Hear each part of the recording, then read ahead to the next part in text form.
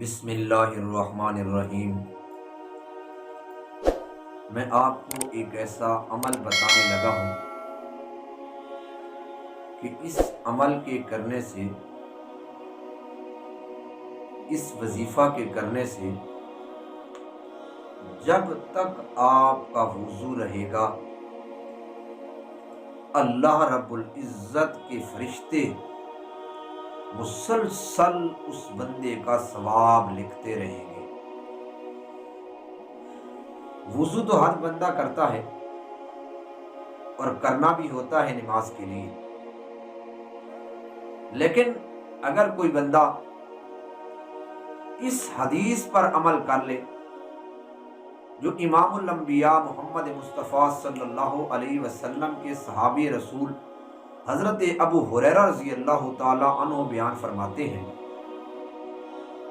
تو کتنی خوش قسمتی ہے اس بندے کے لیے کہ وضو رہے گا، فرشتے ثواب لکھتے ہی لکھتے رہیں گے۔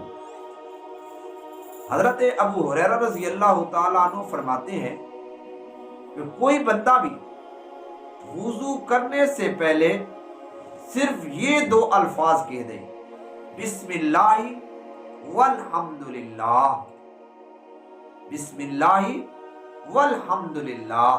کتنے آسان الفاظ ہیں، ہماری وضو میں باتیں بھی ختم نہیں ہوتی، ہم وضو میں لگے ہیں اور ساتھ ساتھ دنیاوی باتیں بھی کر رہے ہیں، ساتھ ساتھ پانی بھی ضائع کر رہے ہیں۔ اللہ کے پاک پیغمبر امام الانبیاء صلی اللہ علیہ وسلم نے فرمایا، جس بندے نے پانی کو ضائع کیا، چاہے وہ بندہ وضو ہی کیوں نہ کر رہا ہو، کل قیامت کے دن اس بندے سے اس کے بارے میں پوچھا جائے گا۔ اس لیے ان باتوں کا بھی آپ اہتمام کریں، وضو کے دوران دنیاوی باتیں بھی نہ کریں، وضو کے دوران پانی کو بھی ضائع مت کریں، اور یہ فقط الفاظ کہہ دیں، بسم اللہ والحمدللہ۔ جب تک تیرا وضو رہے گا، فرشتے مسلسل تیرا ثواب لکھتے ہی لکھتے رہیں گے۔